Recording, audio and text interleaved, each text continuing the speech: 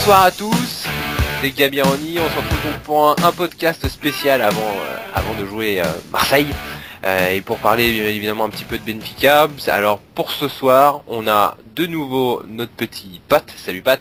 Salut tout le monde. Et puis on a le premier podcast d'un certain bonhomme que tout le monde connaît, qui se fait plaisir sur notre petit forum, sur notre petit topic rivalité PSG, PSG-OM, c'est Bousca. Salut Bousca. Salut à tous. C'est un peu l'élu qui est parmi nous là. Voilà, c'est un peu Néo, exactement. Prosternez-vous.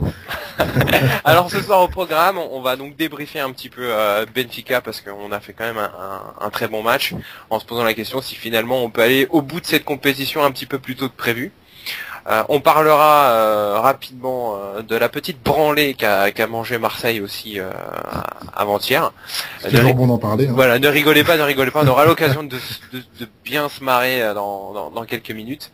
Et puis évidemment, on va parler du Classico, on va parler des dernières petites news qui sont tombées. Et puis on essaiera de débattre pour savoir vos avis très objectifs.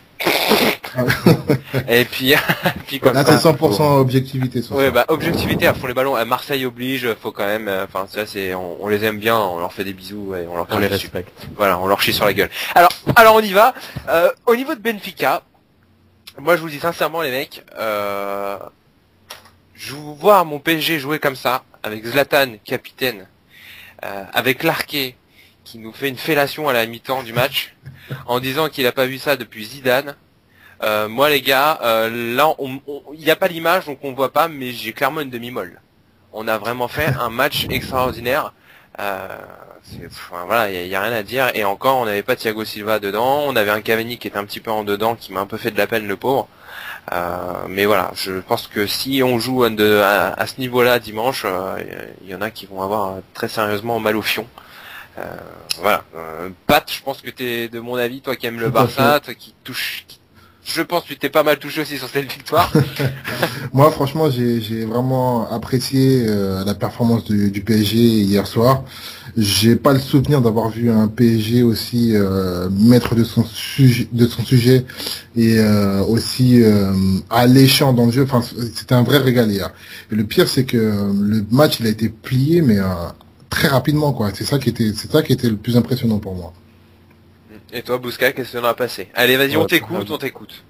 Ouais, pareil que Pat. Disons qu'on a été vraiment dominateur du début jusqu'à la fin. Et là, l'impression que j'ai, c'est que maintenant on a 11 Laurent Blanc dans l'équipe. Laurent Blanc dégageait cette force qu'il avait sur le terrain où on avait l'impression qu'il pouvait avoir le feu dans la défense. Lui, il arrivait tranquille, il prenait le ballon, il relançait tranquillement, il faisait toujours la passe juste. Et on s'est pas affolé. Et les seules fois où on a accéléré, on leur a fait très très mal. Et il faut quand même souligner que c'est très très rare qu'une équipe française batte le Benfica de Lisbonne. Et pourtant hier on l'a fait. Ouais, et de quelle manière? Tout en sachant que les Lyonnais ont pas su se dépatouiller de Guimarães. Ils ont fait 1-1, donc comme quoi au Portugal, si on a du mal avec Guimarães et que nous on gagne 3-0 contre Benfica en jouant la main dans le pantalon en deuxième mi-temps, voilà, Ouais, c'est ça qui était impressionnant, c'est que les mecs, après 30 minutes, t'as clairement vu l'équipe qui était en train de gérer, quoi. Les mecs, limite, bon les gars, on se projette sur Marseille, on a un petit match dans le sud, donc on va s'économiser un petit peu. Mais c'était vraiment impressionnant, quoi. Alors, Pat, si tu devais me sortir deux ou trois joueurs vraiment qui t'ont marqué côté parisien contre Benfica, tu me sortirais qui? Ibra pour tout ce qu'il a fait, on reste sur la même lignée, hein. Le charisme d'Ibra, moi je suis unanime par rapport à ça, et le mec il te dégage un truc, et quand en plus de ça il y ajoute l'implication et la justesse technique, tu peux qu'être fan de ce mec-là. Après t'as un milieu de terrain qui était très très performant, mais t'as surtout un Marco Verratti qui a vraiment dégagé une espèce de leadership technique au milieu. Tu sens que le mec, tout passe par lui, et que dès que le mec il a le ballon dans les pieds, c'est danger, quoi. Et vraiment, moi ces deux joueurs-là c'est ce que je retiens en fait sur cette rencontre. Moi j'avais la sensation d'avoir un mini Thiago Silva au milieu de terrain, quoi. C'est-à-dire quand il avait la balle, je fais vas-y tranquille. c'est un peu ça. Il y a le feu. En plus, tu vois, il a gommé pas mal de déchets dans son jeu et il joue plus avec le feu. Quand il joue simple comme ça, le mec, c'est la classe mondiale, quoi. Il est vraiment très très fort. Et quand on se rappelle de son âge, bah, tu te dis, mais où est-ce qu'il peut aller ce gamin, quoi. J'entends encore De Saint-Cernin qui disait que ce joueur allait même pas être dans les 18. Je pense qu'il a l'air bien con aujourd'hui. Et voilà, Verratti, c'est la classe, quoi. Et il a dit qu'en France, il y en avait plein des comme ça. Ah ouais. Il a dit qu'il avait moins trouvé que Belanda. Ouais, c'est ça, ouais. Oui, bah bien sûr. Par contre, s'il pouvait se sortir les doigts et arriver en équipe de France, moi ça m'arrangerait un peu. Ouais, voilà. Bon, c'est pas grave, quoi. Aspect critique, parce que finalement il y avait quand même 2-3 petites choses à redire dessus, et oui, on a fait un match exceptionnel, mais il y a quand même des choses à redire. Alors qu'est-ce que ça va être quand tout le monde sera au top? On a eu des petites carences, je pense. Alors, question inverse pour Bousca, est-ce que si t'as un ou deux joueurs qui sont un petit peu déçus, tu me ressortirais qui? Ouais, ça tombe mal, j'avais préparé les joueurs qui m'ont plu, bon c'est pas grave. C'est ça, hein, t'es l'élu, donc tu dois assurer. Bah c'est vrai que Cavani il est un peu en dedans, mais il aurait marqué son but parce que il y a le gardien quand même de Lisbonne qui fait une parade formidable. Je crois qu'on n'aurait rien eu à redire sur lui. Alex, je l'ai pas trouvé plutôt pas rassurant comme d'habitude, comparativement à Marquinhos qui lui dégage un truc assez exceptionnel. Ouais, j'aurais dit ces deux joueurs-là, mais c'est vraiment un bémol à peine perceptible. D'ailleurs, on en avait parlé déjà dans les précédents podcasts. Marquinhos Silva, ça va quand même envoyer du lourd. Hein. Marquinhos, c'est la bonne pioche. Hein, et puis un petit tacle à Menez, parce que bon, c'est quand même un joueur que je défends sur le forum. Bon, moi, Lucas, je suis pas non plus un grand fan. Et j'ai hâte de voir Menez, mais malheureusement hier il est tombé dans ses travers en nous faisant un caprice digne de Néné. Et ça. Ouais, j'ai envie de vous dire, il est redevenu français hier en fait. Ouais, exactement. Et ça, je crois que ça va plus du tout passer maintenant dans notre club. Surtout que ça tombe mal, quoi. L'équipe te fait un super match, tu fais un truc comme ça, enfin, c'est super malvenu, quoi.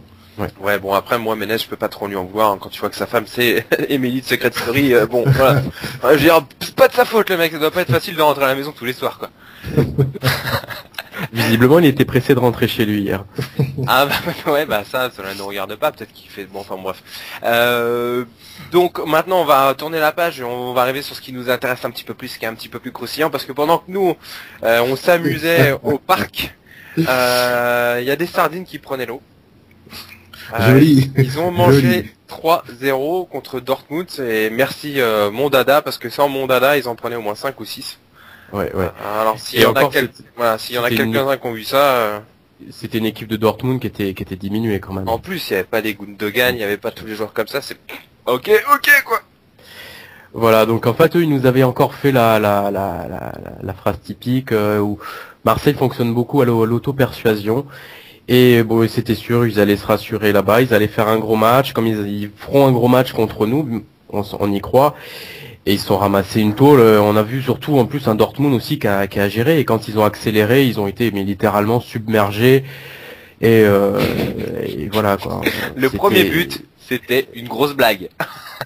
Il y a 6 joueurs de Dortmund et eux, ils sont 3. Et les mecs sont main dans le calbut. Ah oui, et puis il y a le milieu de terrain qui trottine derrière, et puis voilà, quoi, ils se sont fait une passe à 10 dans la surface de réparation, et bim, but. Moi, je vous avoue, je suis un peu déçu quand même, parce que bon, Nkoulou est aussi fort que Thiago Silva. Ouais, c'est ce que j'allais dire. Ouais. Voilà, moi, je trouve ça un peu bon, le mec, quand même, salut, c'est moi, c'est Nkoulou, je joue la Ligue des Champions, je m'en fous, bon, voilà. Dommage quoi, dommage. C'est bien parce que c'est un gars qui a été présenté comme un demi-dieu par Téléfoot. Hein. Mais c'est un dieu. C'est un dieu. Soi-disant. Il paraît même qu'il a sa religion. Le nkoulouisme. Il est en train de se rapprocher de Taiwo quoi, en termes de rendement, en termes de jeu, ou pareil, nous avait ça fait mal ça. Survendu en fait. Le meilleur arrière latéral de France. Crash, on va trier Bousca, y a pas de... je sais plus quelle année. Maintenant, donc, il est parti en Angleterre, ça n'a pas marché. Il est parti à Milan, il comprenait rien à rien, le Taiwo. Il est parti à Kiev. Je sais plus où il est parti. L'année prochaine, il est en Australie, le gars, quoi. Plus ça va, plus il s'éloigne. Voilà, oh, non, mais voilà. Et pourtant, c'était un joueur qui était présenté par les médias pro-marseillais comme une étoile, comme un grand tireur de coups francs. Il a dû peut-être en mettre une fois parce que sa frappe a dévissé, puis un coup de Mistral et puis c'est rentré au fond. Et le Nkoulou, je pense qu'il prend le même chemin. On nous l'a vendu comme un super jeune. Il est Marseillais, donc il est pourri. Voilà, 3-4 bons matchs. Et puis voilà, quoi, ça. Je pense que c'est un bon joueur, je pense, Nkoulou. Mais après, de là en faire un grand défenseur international, faut peut-être pas déconner non plus, quoi. Ouais. Le mec, il a rien prouvé encore, donc, de toute façon, c'est typiquement marseillais, hein. C'est typiquement marseillais et presse pro-marseillaise. Dire, dès qu'un Marseillais va faire un bon match, ça y est, c'est le nouveau Ballon d'Or. C'est habituel, de toute façon. Bah, le problème, c'est qu'ils sont souvent après convoqués en équipe de France dès que on voit le Amalfitano. Qu'est-ce qui vous permet de dire que ce mec mérite de jouer en équipe de France? Alors à chaque fois, ça commence toujours avec 2-3 matchs corrects. Ensuite, il y a les articles enthousiastes de l'équipe de France Football, de toute la clique qui sont à leur pied. Et badaboum, on voit Amalfitano porter le maillot des Bleus. Et puis voilà, maintenant il joue en Angleterre. Il a marqué un joli but, soi-disant contre Manchester. Mais voilà, encore un joueur survendu, surcoté, qui est aussi perdu qu'un New au milieu de la savane, quoi. Enfin, c'est. Ouais, ça c'est ça. Bon, on va arrêter un peu de parler de Marseille parce que là ça commence à me brûler la gueule. Je vous le dis sincèrement. Là j'ai l'impression qu'on me fout un fer à repasser sur la tronche et qu'on met du sel sur les plaies. Donc on va arrêter de parler un peu de Marseille. En tout cas, je sais pas si vous avez remarqué, si vous avez un petit peu entendu en première mi-temps, et c'est certainement ce qu'on va retrouver. Apparemment Marseille a un nouveau chant.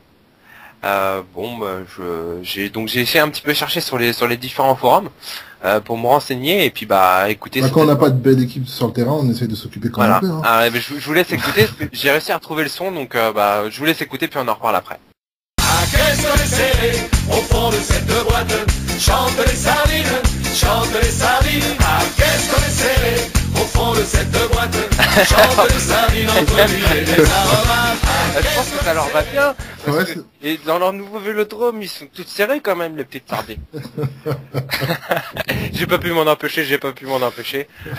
Depuis que j'ai vu, vous savez, à un moment, il y a eu un truc sur France 2 où il y avait un des concerts et il était venu avec Hanouna, ils ont chanté ça à Marseille, ils étaient tous contents, ils chantaient alors que finalement c'était super drôle que des sardines chantent des sardines, quoi.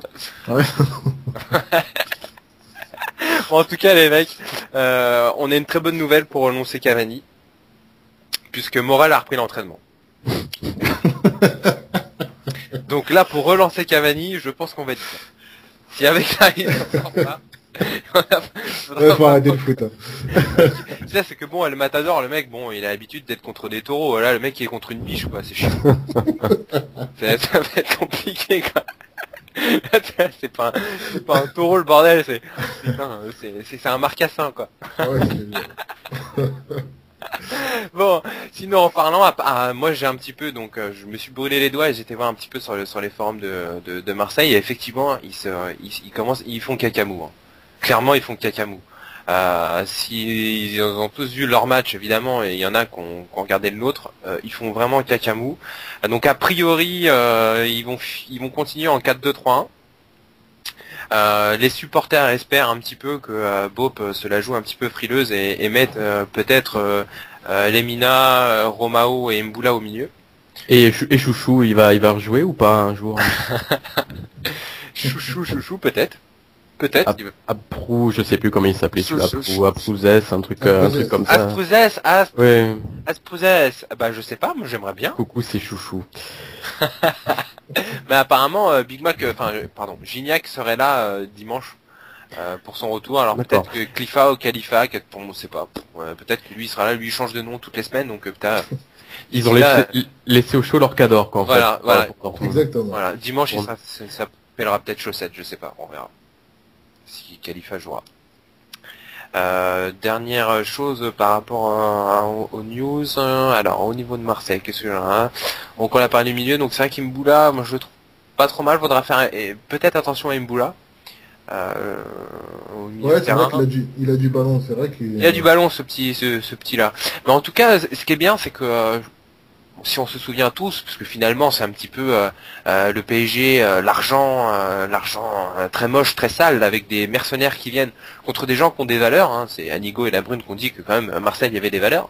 Mais quand je regarde leur effectif, je me dis des valeurs, je veux bien. Khalifa donc a été donc au clash pour pouvoir partir de son club, bon, c'est bien, c'est une bonne valeur. Thauvin, lol. Et puis on a quand même Imboula finalement qui est supporter du PSG qui joue à Marseille, donc c'est une bonne valeur. Payet également et Thauvin aussi. Donc en fait, au niveau des valeurs, Monsieur Labrune, si vous faites chier, que vous écoutez notre podcast, vous pouvez les garder. Il n'y a pas de souci parce que bon. Avoir des supporters de Marseille dans l'effectif, ça peut, non, moi, ça va aller, quoi. C'est pas un problème. Moi, j'aime, enfin, si, voir Ibrahimovic avec ce qu'il nous fait depuis le début de la saison, vous n'aimez pas ses malheurs, bah, écoutez, d'accord. Ok. Khalifa est faite pour vous, les gars. Et puis c'est quand même le deuxième budget de France, hein. On oublie souvent de le dire, enfin souvent on oppose, enfin les Marseillais opposent leurs valeurs donc à Paris, soi-disant que donc eux ils ont un jeu collectif, ils ont des valeurs, le sport machin. À les écouter, c'est les smicards de la L1, alors que bon, faut quand même rappeler que Gignac touche plus de 300 000 euros par mois, quoi. Il va toucher autant que Pastore. Et pour en plus, Gignac c'est quelqu'un qui a du rendement, hein. Et tout en sachant que Gignac est plus cher en prix d'achat que Ibrahimovic. En plus, oui. En plus. Ça s'appelle une belle affaire. Oui, c'est ça. Mais bon, futur Ballon d'Or Gignac. Ballon d'Or, mais c'est-à-dire qu'il va se déguiser en fait en ballon. Mais je pense que ça peut le faire, ça peut le faire. Hein. Un petit côté poilu, il faudra qu'il fasse attention. D'ailleurs, si Titi nous écoute, puisqu'il nous écoute, voilà, c'est son souci officiel, donc je fais une petite dédicace, Titi, si tu nous écoutes, Titi PSG, on pense à toi, ma gueule. Donc maintenant, comment vous voyez-vous ce match? Est-ce qu'ils vont se sortir les doigts, les Marseillais? Est-ce que ils vont, si on plante rapidement comme on a fait contre Monaco ou Benfica, ils vont pas baisser les bras? Est-ce que devant leur public ils vont vraiment se donner? Enfin voilà, moi je sais pas parce que finalement on est toujours à prédire des choses. Enfin, bon, d'ailleurs on est pas. Vas-y Busca, vas-y. Donc ouais, bon, voilà, je t'écoute là-dessus. Qu'est-ce que t'en penses? Là-dessus c'est vrai un match particulier. Je pense que ça va dépendre de nous. Marseille va jouer, Marseille va aller de l'avant. Ils vont gigoter comme des poissons hors du bocal au départ, hein, pour faire plaisir à la bande des cervelets qui sont en train de beugler comme des veaux au stade. Côté sardine. Évidemment, côté sardine. Ça va aller de l'avant, il faudra faire évidemment attention à Valbuena, même si faut quand même lui reconnaître de temps en temps quelques qualités, ils distribuent bien leur jeu. Mais nous, si on est sérieux avec le milieu de terrain qu'on a, avec les attaquants qu'on a, et l'envie de gagner, il y a pas de, je vois pas Marseille nous faire mal, pas du tout. Et Pat, qu'est-ce que t'en penses? Bon après, comme Busca, c'est vrai que c'est un match qui reste particulier. L'histoire a montré que c'est pas toujours la meilleure équipe sur le papier qui l'emportait. On a notamment nous de notre côté réussi à des victoires, notamment la victoire où on a gagné à 10 contre eux, avec un Paoletta de gala. Magnifique. Donc c'est vrai qu'il n'y a pas de logique. Ouais, il n'y a pas de logique dans ces matchs-là. Donc tu oublies le classement, tu oublies l'effectif. Maintenant, c'est vrai qu'il y a une assez grosse différence en termes de qualité entre les deux équipes. Donc si Paris se présente à Marseille avec le même état d'esprit, la même qualité de jeu qu'ils ont affiché contre Benfica, logiquement on doit gagner ce match. Après tout reste possible, hein. C'est un PSG-OM, c'est un match à part. Alors de ce que j'en pense aussi, un PSG-l'OM ça se gagne avant au milieu. À chaque fois qu'on a maîtrisé le match au milieu, de par nos milieux défensifs ou de par des créateurs style Ronaldinho, on leur a fait très mal. Et l'année dernière, ça s'est un peu vérifié, où au match aller, le milieu de terrain était un peu éparpillé. On a fait 2-2, et lorsqu'on a vu après les matchs en Coupe de France, en Coupe de la Ligue, c'était les doigts dans le nez, parce qu'au milieu, ils étaient complètement à côté de la plaque, et nous, on a fait réussi à poser le pied sur le ballon, et à bien avoir de bonnes rampes de lancement. Donc si nos trois milieux sont dans la même optique que ce qu'ils font d'habitude, il y a pas de souci. Ouais. Bon, bah du coup petit pronostic pour toi Bousca. Alors je fais rarement des pronostics. Ouais, mais là, t'as pas le choix. J'ai pas le choix. Ça va être ouais, peut-être deux buts pour Paris. D'accord. Deux buts pour Paris. Pat. Ouais, moi aussi, je pense un petit 2-0. Ça me ferait bien kiffer. C'est limite une petite humiliation. Donc, alors moi franchement, j'attends vraiment le jour où on leur met une branlée mais monumentale. On leur a déjà mis 3-0. Je peux franchement vous dire, moi habitant à côté de chez eux, ça leur a picoté l'anus. Mais j'aimerais vraiment qu'on leur en mette une mémorable. Ah mais là faut qu'ils s'habituent parce que là ça va être comme ça maintenant chaque année. Mais je pense qu'ils sont déjà habitués, hein, vu les claques l'année dernière, on a fait 4 matchs, ils ont marqué 2 buts, ils en ont pris 8. Ils ont pas, quand ils ont joué chez nous, ils ont pas du tout existé. Et je pense que le petite routine marseillaise, elle est en train de s'installer, et je pense que les Marseillais sont dans un petit rythme dessinatoire tranquille, quoi. La petite défaite, tranquille, tu rentres chez toi, et puis non, je pense que les habitudes, elles sont là déjà. Voilà, les Marseillais montent à Paris pour se faire par le PSG. Allez, pour se faire enculer, allez, je le dis, vas-y, je m'en fous. Un à foot, y a pas de CSA, y a rien, on s'en branle. Bon, et alors moi je suis un peu emmerdé pour mon pronostic parce que j'avais expliqué au dernier podcast que je disais 4-0 parce que j'avais pas envie de que le pronostic s'avère vrai pour pas être dégoûté si je pariais. Là, le seul souci c'est que 3 derniers matchs on a gagné 1-0, 2-0, 3-0. Arithmétiquement parlant, on devrait gagner 4-0. Donc je dis 4-0. Bon, ça me ferait chier de perdre le pari, je crois que je vais jouer parce que on sait jamais. Mais là, un petit 4-0, ça me ferait vraiment plaisir. Moi, je dis 4-0. Voilà. On remarquera aussi une autre chose, hein, c'est qu'on s'est toujours pas pris de carton rouge, il me semble. Hein. Ouais, on touche du bois. Là, on va voir, je crois, Clément Turpin, hein, qui est un des gainers. Voilà, j'espère.